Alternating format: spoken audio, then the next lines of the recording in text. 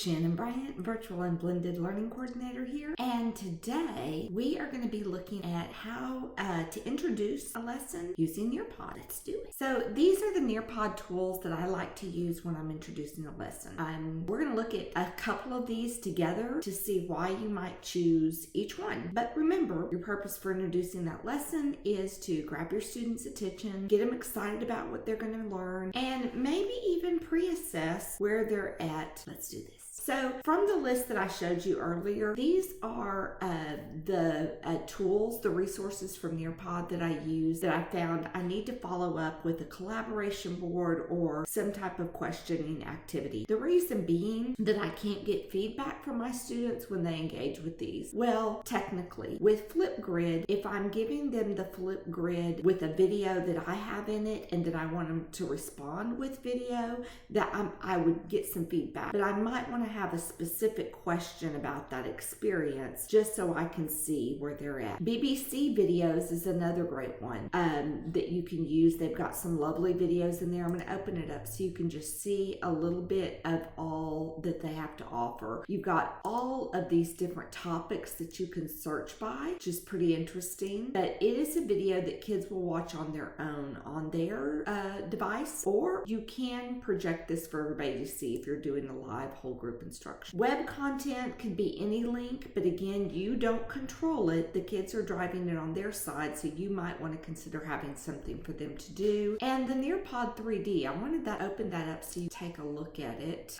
You got all these choices that you can make here in the Nearpod 3D. So when a kid, like if they clicked on this influenza virus, very apropos here, when they are looking at that virus, they can pull that around and search it from all three sides. But you want to know, give them something to do with that, or they're just spinning it around, and maybe follow up with a question. While they're looking at these things and interacting, have them write something down so that they can, on the next board, apply that, okay?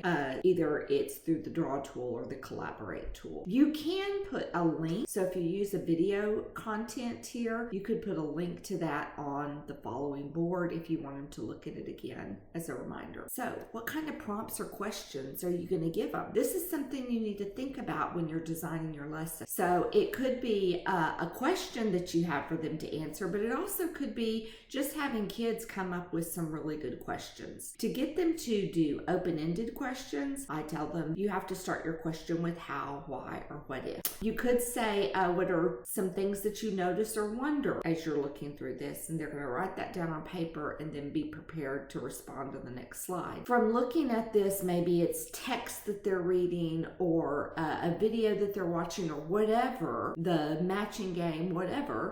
What are you interested or curious about knowing more about? Or what do you already know and what do you think you need to know? Because this is introducing what we're going to do today. So you might want to think about, what do I need to know? What am I doing in here that I don't have any idea about? And maybe having them formulate a question about it. And then letting them put their own teacher hat on and write an assessment question. Now that you've seen this, before we do anything else, what kind of assessment questions do you think your teacher is going to ask? Very cool. Now, these are great introductory tools also that you can get feedback on. With poll, it can be simply about how do you feel about this topic, or how much do you already know, or comfortable do you feel, kind of like a status check. It could be a video, because with the video that they have in Nearpod, you can put multiple choice and pre-response questions along the way, so you can get some good feedback from them about that. And it could be a time to climb. A lot of these three tools here I would use to pre-assess where kids are at before you start teaching. So the time